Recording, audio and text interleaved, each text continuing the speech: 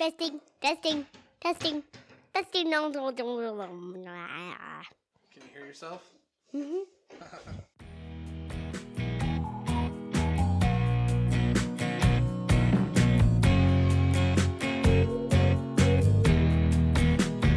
Hi, welcome back to the Crap My Kids Say podcast. And this week we are following up with our conspiracy podcast that we did. And we are talking about conspiracy theories that we do not believe in. So we talked about the conspiracy theories that we absolutely believed in. And this week we are talking about conspiracy theories that we're just not buying. We're really not into it. And then going into why we don't believe that they're true. Yep, and just one thing, some follow-up from last week. I just wanted to apologize. Listening back to the episode and on editing, I was mouth-breathing the whole episode. And all I could hear was after I got it all done and posted and listened back to it in my headphones, all I could hear was me like...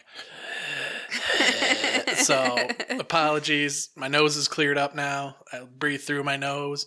And we're also trying something a little different with our recording today. We're recording with headphones on so we can hear each other and ourselves to try to check our levels a little bit more in the moment while we're recording. So if this sounds better, let us know. Okay, so my conspiracy theory that I do not believe in is that the moon landing was faked. About 5% of the United States population believes that we faked the moon landing. So I feel like I don't really have to go into a lot of detail because everybody knows in 1969 we landed on the moon, Apollo 11, all of that good stuff. So the biggest thing for me about this is that there were 400,000 engineers, technologists, machinists, electricians. I mean, so many people. For that many people to keep their mouth shut for this long, if it was faked, seems impossible. Someone would have came forward by now and said, hey, guess what? But not a single person has. And to keep 400,000 people quiet would be near impossible. Actually, impossible. The odds. Not near impossible. It is impossible.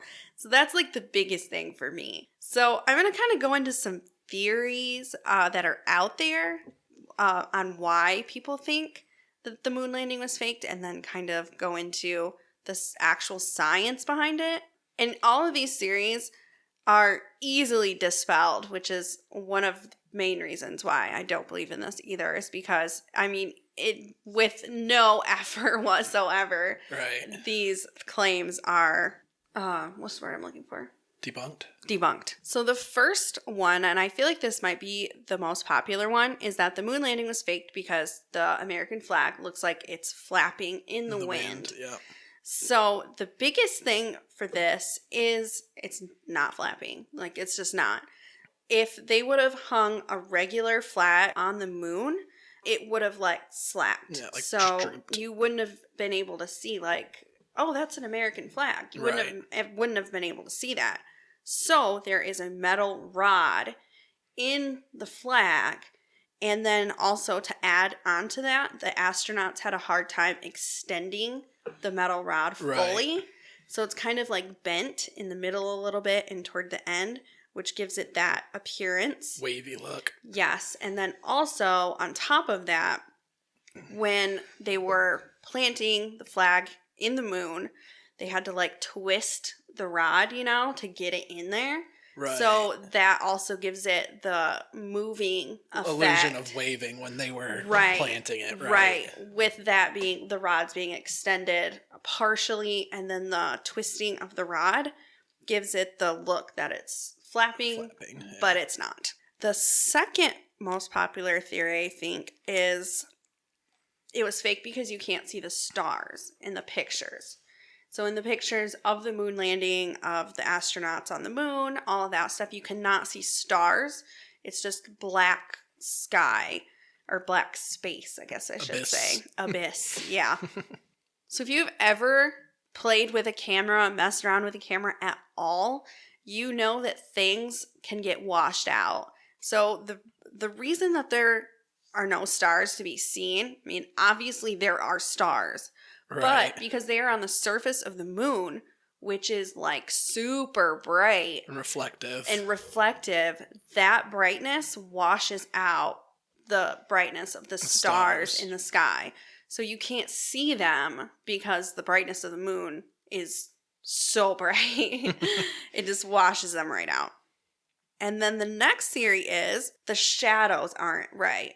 So people are saying that the shadows don't make sense for the direction of where the sun is and where the astronauts are, where their shadows find themselves on the surface of the moon. Does that make sense? Yeah, that makes sense. Okay, so the reason for that is because the sun is not the only source of illumination for the moon. So the moon's surface is actually another source of light. The surface of the moon is illuminated. So the sunlight is being reflected off of the surface of the moon, and then you have to remember that they have like their Apollo there, and so there's this like light bouncing around up there like crazy. Every which way, yeah. Yeah, so just because the shadows aren't like directly connected with the sun doesn't mean that it's faked. Just because you can't explain something because you don't know the science behind it doesn't mean it isn't true. If she floats, she's a witch. Another one is the moon landing is faked because you can't see Neil Armstrong's camera. So in one of the pictures, you can see his spacesuit, and it looks as if he's supposed to be holding out a camera, taking a selfie, like a moon selfie. But in the reflection of his right, because he has like mask, a shield over it, like a reflective shield. Yes, and you can't see like a camera on it. But that's because they had a camera mounted onto him, like actually his suit. So you can't actually see him holding a camera because he's not holding a camera. It's something that's mounted onto his suit. Another one is the moon landing is faked because Stanley Kubrick filmed it. Right. Have you heard this? Yeah, I actually have, yeah. Because, so, let's see, 1968, so that'd be the year before the moon landing, he came out with a movie called 2001, A Space Odyssey. Yeah, A Space Odyssey. And it was so realistic and so real looking that, I mean, it makes sense that he would film this for NASA and then they would release it as their footage, like, oh, hey, look we landed on the moon. Suck it, Russia. Yeah, that's one of the theories is that Stanley Kubrick filmed it. I've actually heard on another podcast that there's all kinds of Easter eggs in The Shining that was Stanley Kubrick's way of admitting to filming it. Filming, to faking the moon landing. I can't remember 100% all of them off the top of my head, but there is research The Shining moon landing Easter eggs. I'm going to have to do that now because I'm really curious. Okay.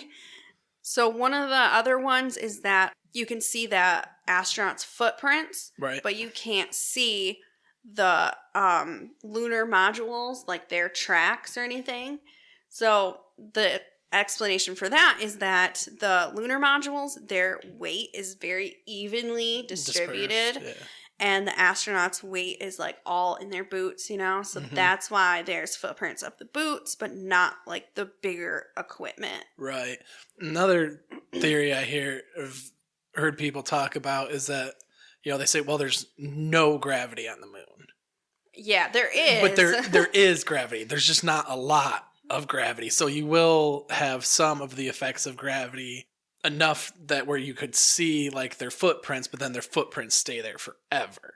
Right. There's enough gravity for them to make a footprint, but not enough gravity or wind or anything to destroy the footprint. Okay, another one, which I think this is it, by the way. Like, this is definitely the explanation for everything, that the moon isn't even real, you guys. The moon is not even real.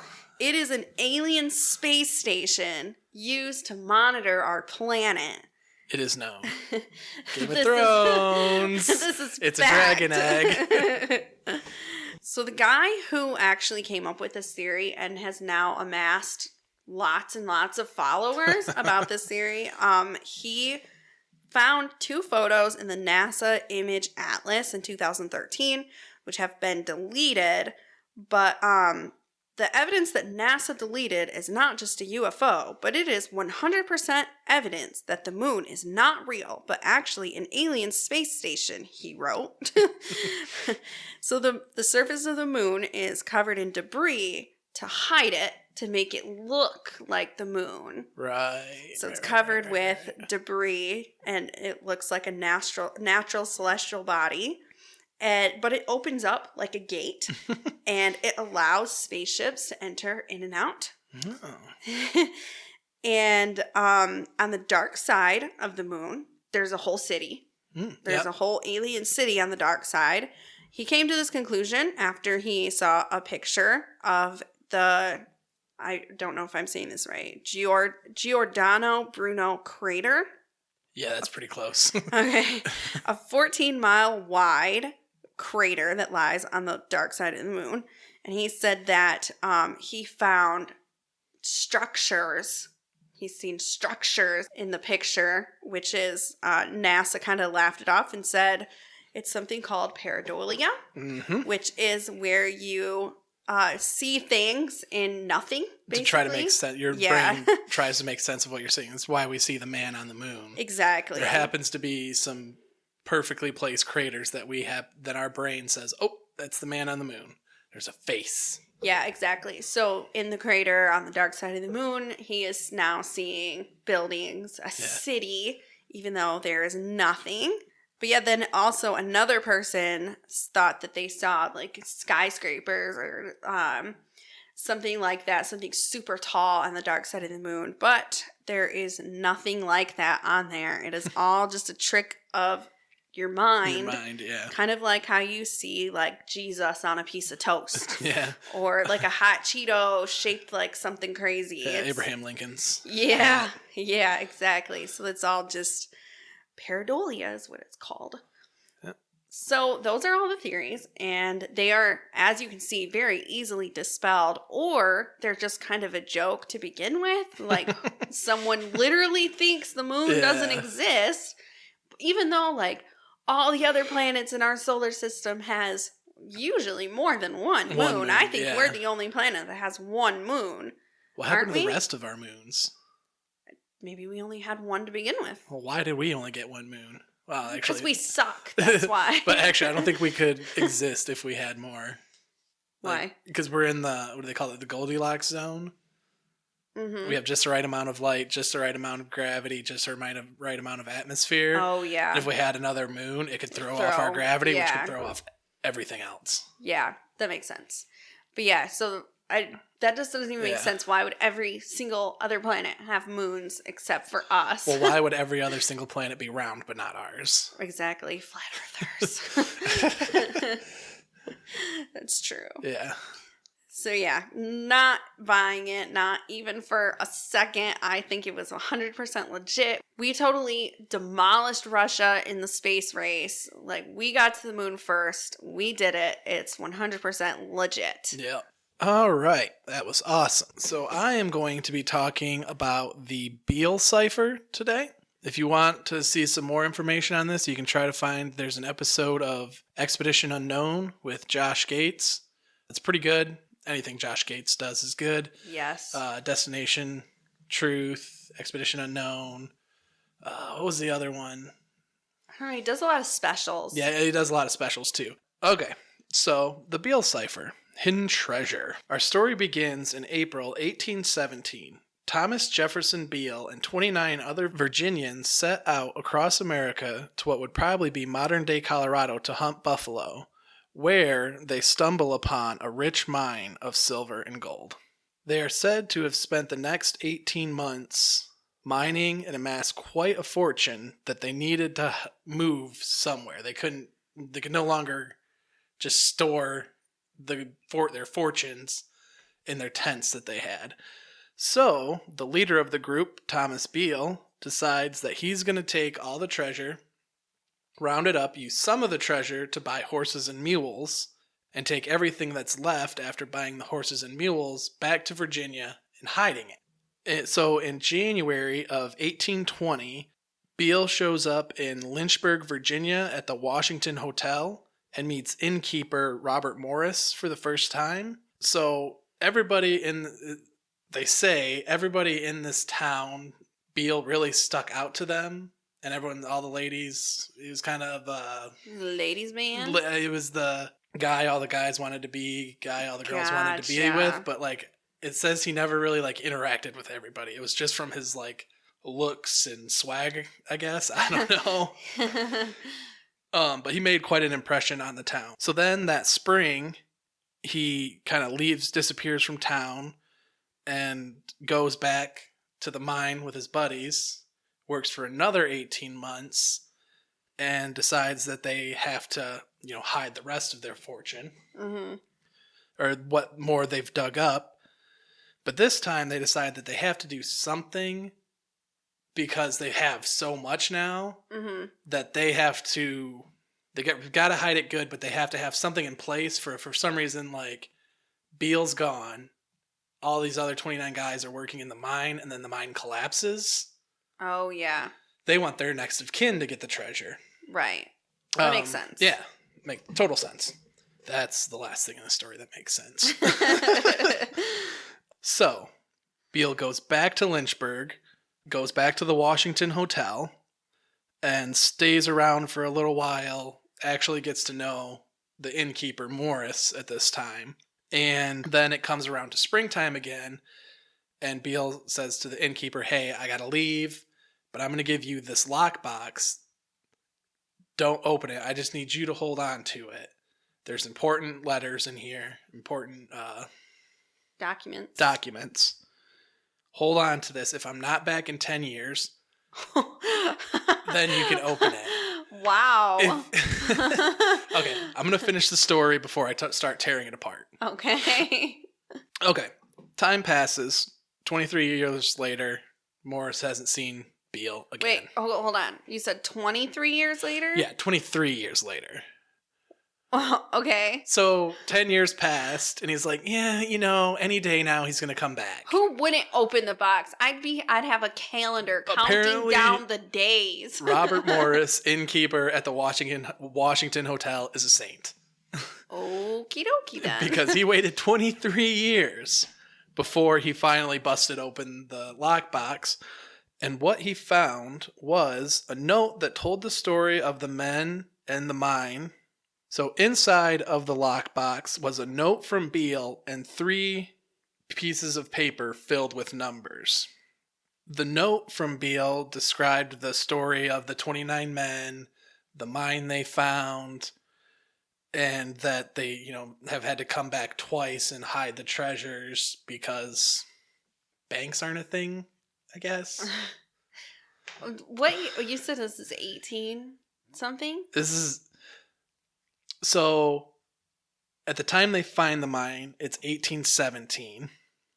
I would think he comes back in 1820-ish to drop off the first load. And then so 1800s basically is when this is happening. Yeah. There has to be banks. I mean, there's banks. But apparently this is the story. So so then the note goes on to tell that the first ciphertext, the first page of all numbers, it says, is the coded instructions on how to find the hidden treasure. The second was the contents of the treasure, and the third was the names of the men and their next of kin. So Morris tries to decipher these things. He has no clue. He's a simple innkeeper. Can't do it. On his deathbed, Morris gives this note and 3 pieces of paper to another friend, unnamed friend. Looked everywhere, cannot find this third, his Beale's friend's friend. Friend of a friend of a friend. Who now has it. So he deciphers not the first ciphertext, but the second. Okay, so that's like, what's the point then? And then goes on to print out pamphlets to distribute to try to get help with deciphering the other 2. He says, okay, this is the deciphered second ciphertext. which describes what the treasure is. Yeah, not where. Not where or who it belongs to, but what the treasure is. Yeah. So he prints out these pamphlets to try to get people to solve it, but he's also making money off of selling these pamphlets. Oh, he's selling them. Yes. Oh. Yes. So this is what the deciphered text says. For the first one or for the second one? The second one is to this day is the only one okay, that's to been be solved. solved. Okay. I have deposited in the county of Bedford, about 4 miles from Beaufort's, in an excavation or vault 6 feet below the surface of the ground, the following articles, belonging jointly to the parties whose names are given in number 3 herewith. The first deposit consisted of 1,014 pounds of gold and 3,812 pounds of silver, deposited November 1819. The second deposit was made December 1821 and consisted of 1,907 pounds of gold and 1,288 of silver. Also, jewels obtained in St. Louis in exchange to save transportation, valued at $13,000. Wow. Which would be like astronomical now. Yeah. The above is securely packed in iron pots with iron covers. The vault is roughly lined with stone, and the vessels rest on solid stone and are covered with others. Paper number 1 describes the exact locality of the vault so that no difficulty will be had in finding it. Okay. So, easiest thing in the world, as long as you can decipher something that's been undeciphered for so long at this point. Yes. So, we're just going to start with this. The second cipher can be decrypted fairly easily using any copy of the United States Declaration of Independence, but some editing for spelling is necessary. To decrypt it, one finds the word corresponding to the number. So, the first number on the page in the ciphertext is 115. So then you'd go to the 115th word of the Declaration of Independence. Yeah, that seems pretty straightforward. Right.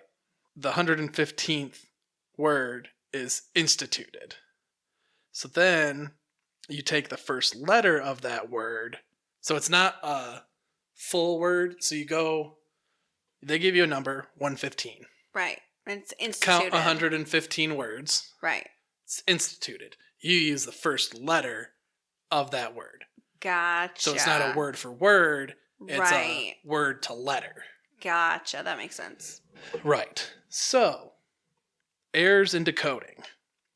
After word 154, institute, and before word 157, laying, one word must be added. Probably an A or a. Right.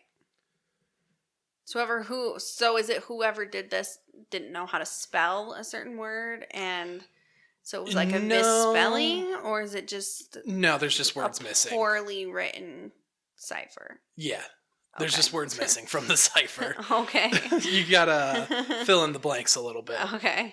So there's a whole list. You can go on. I found a lot of this on Wikipedia, and then another website that I'll try to leave a link in the description of this on. It's an article. And you can see all the decoding errors Gotcha. I mean, because there's like a lot. 10. That's a lot. Yeah. That's not just like 1 or 2. No, there's a lot of errors. And there is errors that are just having to fill in the blanks. And then there's other ones that are, so what they say is the word consisted actually decodes to consisted, CONSISTCD. Oh. So they were actually like a letter or word off. Oh. It should have been, they said 84, should have been 85. 85 would have given them an E instead of a C if it consisted. So it seems sloppy. Yeah, it's really sloppy. Another one is rousand instead of thousand. Raggy? Raggy? in Volt instead of Vault. Oh. So yeah, there's a lot of issues in this Gotcha. in this cipher. So then you think the Declaration of Independence so perfectly deciphers this first code. Yeah, perfectly. Perfectly. It's going to work great for the first and the third codes, right? No. Wrong. It does not. So when you do, well, it seems that it actually might be the key for the second and third. You mean first and third? The first and third ciphers. But it seems that whoever was writing it got lazy, because you'll get like 4 or 5 sequences of A, B, C, D, E, F, G. Or A, A, B, B, C, D, C, C, D, D, E. Where like they were just like throwing so like there's no like rhyme or reason to it. Right. So they say that the chances of the alphabetical ordered letters recurring multiple times in one ciphertext, the American Cryptogram Association says the chances of those sequences appearing multiple times in one ciphertext by chance are less than 1 in 100 million million. Oh my gosh. That's a lot. Yeah. So what they're kind of thinking is that the first ciphertext that's supposed to be how to find the treasure was the person who ever made this, their proof of concept that they could go through and use the Declaration of Independence to write a code. To make sure all that the letters were there, that every letter of the alphabet was used and only used so many times in certain places and could be easily identified and started at the beginning of a word. You mean the second code? Or are you talking about the first? The first. So they use that as a proof of concept. They had to go through first and say, in this whole document, there has to be a word that starts with every... So there has to be at least 26 words in a document, right? Right. Because they're using ABC. They're using the alphabet. The first letter of a word. So they'd have to have a word that started with A, started with B, C, D. Right. So they have to prove it.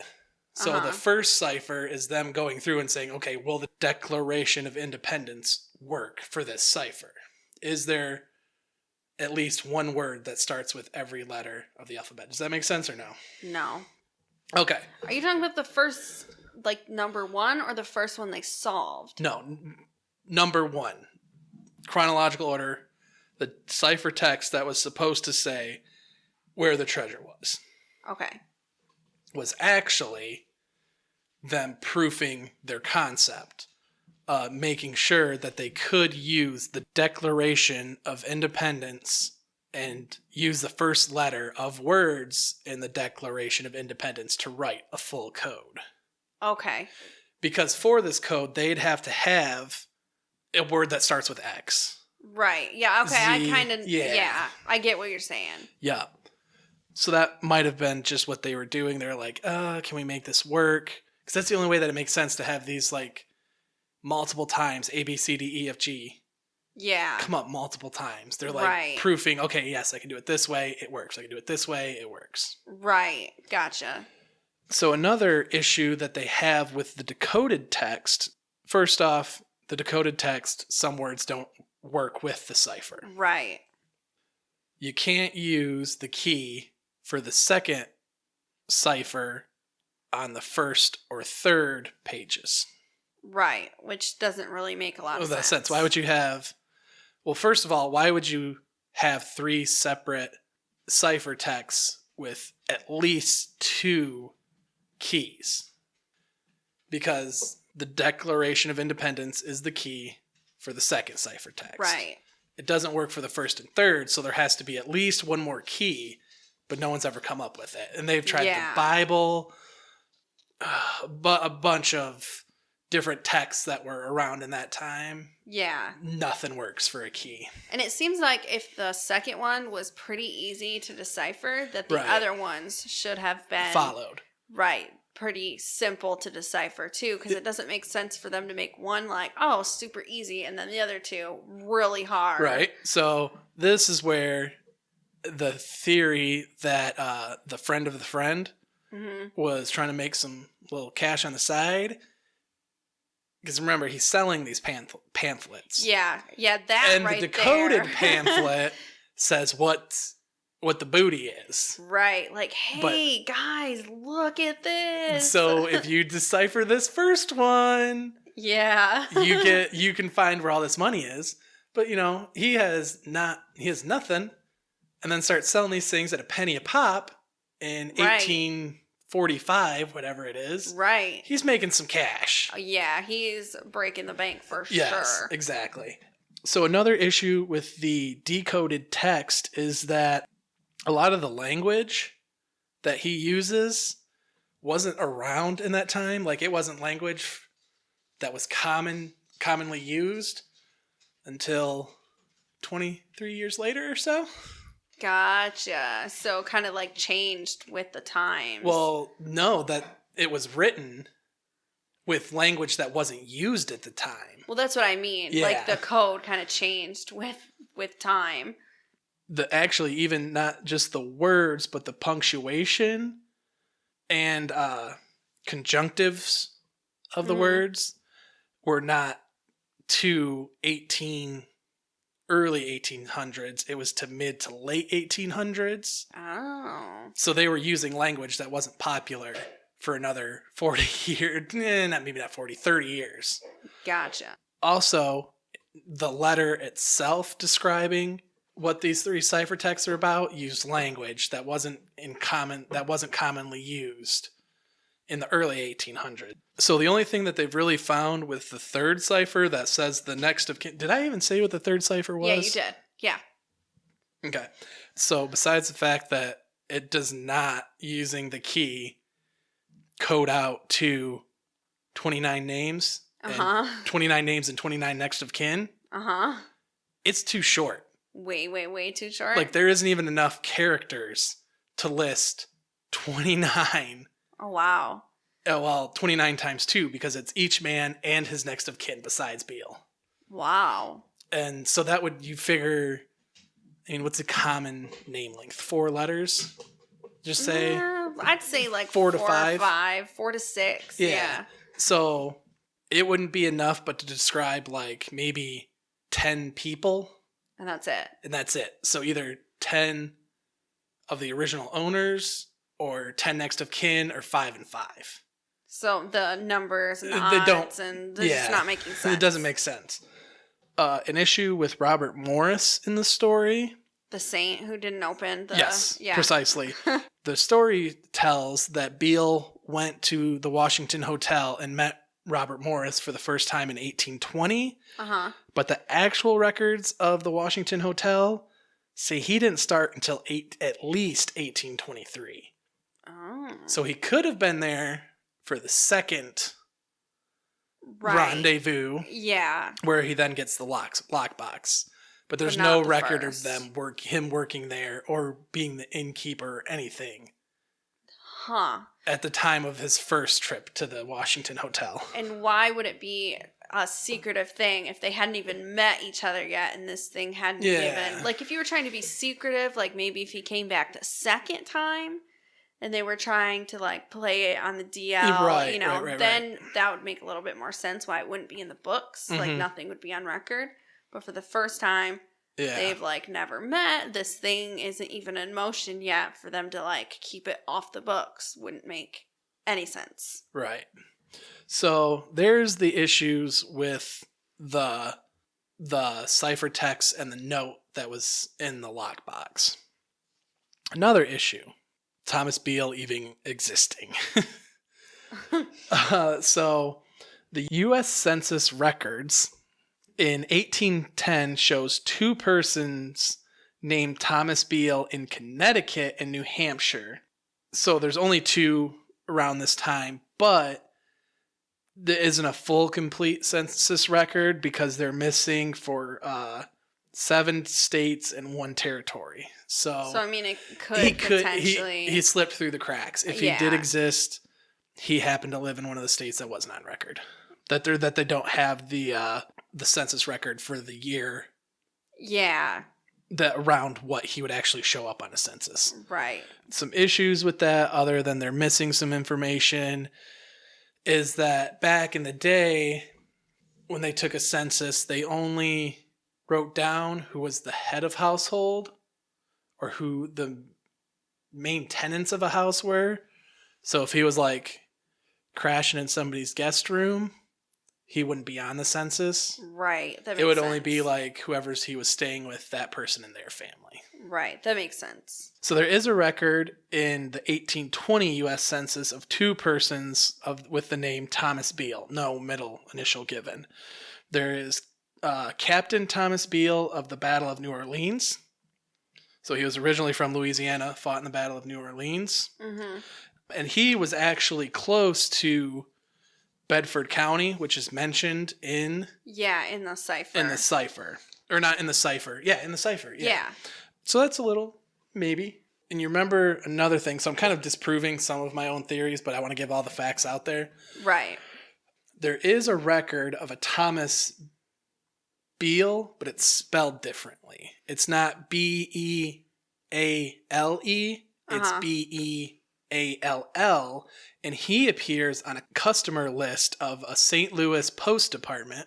In the deciphered text, he said he stopped in St. Louis, right. And got some jewels or something there. Yeah. So you're kind of disproving my own theories, but presenting all the information that's out there. Right. And there is actually Cheyenne legends about gold and silver being taken from what would become today modern day Colorado. Right. So there actually could have been a mine out there that was quite wealthy. Right. So that's kind of what the information is. For me, it just doesn't hold water that you would, A, take the time to make 3 ciphertexts. Yeah. When 1 could have done. Right. And then also using at least 2 different keys. Yeah, that's kind of weird. At least. Could be 3 keys. There could be... Each ciphertext has its own key. Yeah. And I'm sorry if this comes through. Our dog is being obnoxious tonight. The kids are gone, so she's all loopy. So, that just doesn't make sense to me.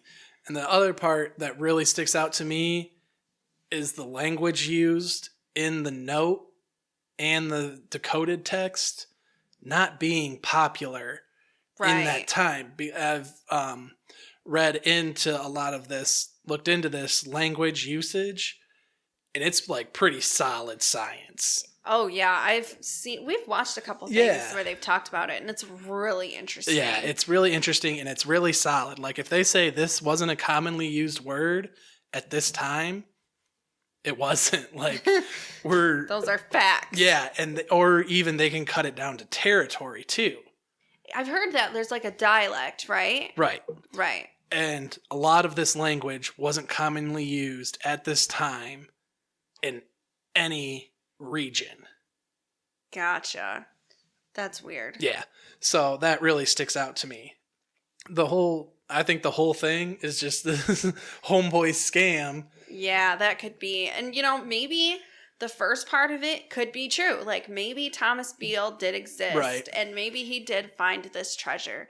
And maybe he was spouting it off to an innkeeper. But after that, I think that maybe that's as much as could be true. Right. And the rest of it is just kind of like, how can we make some money with very little effort but turn some quick money? Yeah. Hey, I knew this guy one time. I knew this one guy. Hey, you know what? I decoded this. You buy this for a penny and you could be a millionaire. You could be. It's like the first multi-level marketing scheme. It is, for real. Oh my gosh. You get in it on the ground floor. So there was some claims that this was actually a Poe story. Like Edgar Allan Poe actually made this whole thing up. What? Yeah, I don't know. That's not really his thing. His thing is more like death, black, death, sad. Right, it is. But it said that he could have actually wrote the pamphlet to kind of, because he had money problems. Oh, so he could have been the friend of a friend in the story. Yeah, maybe. Can't rule it out, I guess. Yeah, there's not any solid evidence for or against it. It's just something that came up really common as I was researching this. Gotcha. So I thought I'd throw that in there. So there has been many attempts to try to find the treasure just based off of the deciphered part of the second ciphertext, which is still kind of a really big area. It's really vague. Yeah, so it's... I mean, like, it does give you an area, but, like, beyond that, it's not much. County of Bedford, about 4 miles from Beaufort's. Which, I mean, that could be... It's believed to be a tavern, Beaufort's Tavern. Oh, God. But it could be Beaufort's house. Right. It could have been a mine. They named, like, one person owned a town and named everything in the town after themselves. So that doesn't narrow it down at all.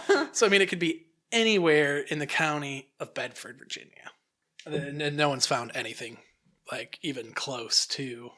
And it seems like, I mean, I know there are tons of treasures that go undiscovered all the time, but that seems like a huge amount of treasure to go missing for that long. If it was in that, kind of a secluded or what's the word I'm looking for? If it was in that like area, it's kind of a smaller area. It's not like it's in the country of Asia, you're saying it's in a county. It seems like maybe it would have been found in 200 some odd years. Yeah. It would be worth $60 million today if it was found. Wow. And it hasn't been found. So I think maybe at most the first part could potentially be true, but then beyond that, the whole cipher and all of that is just a money-making scheme. Right. And, it seems really convenient to me that, okay, so, there isn't a lot of information on Beale, but it's kind of like, oh, he was a patriot. His name is Thomas Jefferson Beale. Right. There is no records of a Thomas J. Beale at all. Right. But then they're like, oh, Thomas Jefferson Beale. Let's try using the Declaration of Independence. And it happens to work. Huh. So that's fishy to me.